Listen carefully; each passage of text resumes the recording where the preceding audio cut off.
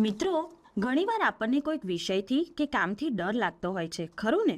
Ideal moral મેજિકમાં આજે આપણે અમનની વાત કરીશું કે જેણે ગણિતથી ડર લાગતો હતો, પણ કેવી રીતે તેણે પોતાના ડર પર વિજય મેળવ્યો. અમન 10 વર્ષનો એક ખુશમિજાજ છોકરો હતો.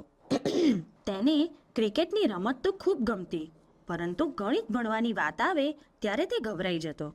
એક દિવસ ક્લાસમાં ગણિતના ટીચરે જાહેરાત કરી, આવતા મહિને ક્લાસમાં ગણિતની ક્વિઝ રહેશે. ક્વિઝમાં જે વિજેતા બનશે તેને પહેરવા માટે એક ખાસ પ્રકારનો બેજ મળશે. અમને તેની ગણિતની બુક સામે જોયું અને થોડો નિરાશ થયો, કારણ કે અમન બેજ તો જીતવા માંગતો હતો, પરંતુ ગણિત તેના માટે ખૂબ મુશ્કેલ વિષય હતો.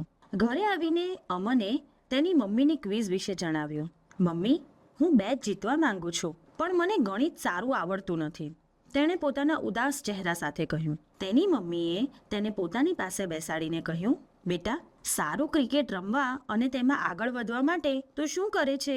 મમ્મી, હું દરરોજ પ્રેક્ટિસ કરું છું, અમને આત્મવિશ્વાસ સાથે કહ્યું. મમ્મીએ સમજાવ્યું, એકદમ બરાબર. તો તું ગણિત શીખવા માટે અને તેમાં કુશળ બનવા માટે તેની વધુને વધુ પ્રેક્ટિસ કરી શકે ને? ચાલ, તેના માટે આપણે એક ટાઈમ ટેબલ બનાવીએ. આપણે દરેક દિવસે તારા અભ્યાસના સમયને વહેંચી દઈએ. આમ મમ્મીએ અમનને સાથે રાખીને ગણિત શીખવા માટે એક સુંદર આયોજન કરી આપ્યું. અમને તે જ સાંજથી શરૂઆત કરી દીધી. તેણે પહેલા સરવાળાના સરળ દાખલા ગણ્યા, પછી બાદબાકીના દાખલાઓનો અભ્યાસ કર્યો. જ્યારે તેને કોઈ દાખલો આવડે નહીં ત્યારે તે તેના મિત્ર રોહનની મદદ લેતો. આમ અમન ક્વિઝ માટે પ્રેક્ટિસ કરતો. ક્યારેક તે ભૂલો કરતો, પરંતુ તે પ્રયત્ન ચાલુ રાખતો. તેની મમ્મી દરરોજ રાત્રે તેનું કામ તપાસતી. ભૂલ કરી હોય ત્યાં તેને સમજાવતી અને શીખવાડતી.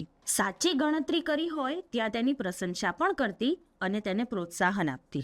ક્વિઝનો દિવસ આવ્યો. અમને કરેલ પ્રેક્ટિસને લીધે તે ગણિતમાં ઘણો હોશિયાર થઈ ગયો હતો. તેણે ક્વિઝમાં દરેક પ્રશ્નનો સમજી વિચારીને જવાબ આપ્યો. ક્વિઝના અંતે ગણિતના શિક્ષકે રિઝલ્ટની જાહેરાત કરી. અમને ક્વિઝના બધા જવાબો સાચા આપ્યા છે. તેને ખૂબ ખૂબ અભિનંદન. અમને આ બેચ જીતી લીધો છે. પછી ગણિતના શિક્ષકે અમનને કહ્યું, અમન, હું તારા માટે ગર્વ અનુભવું છું, કારણ કે તે સારામાં સારો પ્રયત્ન કરી બતાવ્યો છે. તું ગણિતમાં ખૂબ આગળ વધ્યો છે, પરંતુ આ તો માત્ર શરૂઆત છે. તું આમ ને આમ હંમેશા આગળ વધતો રહેજે.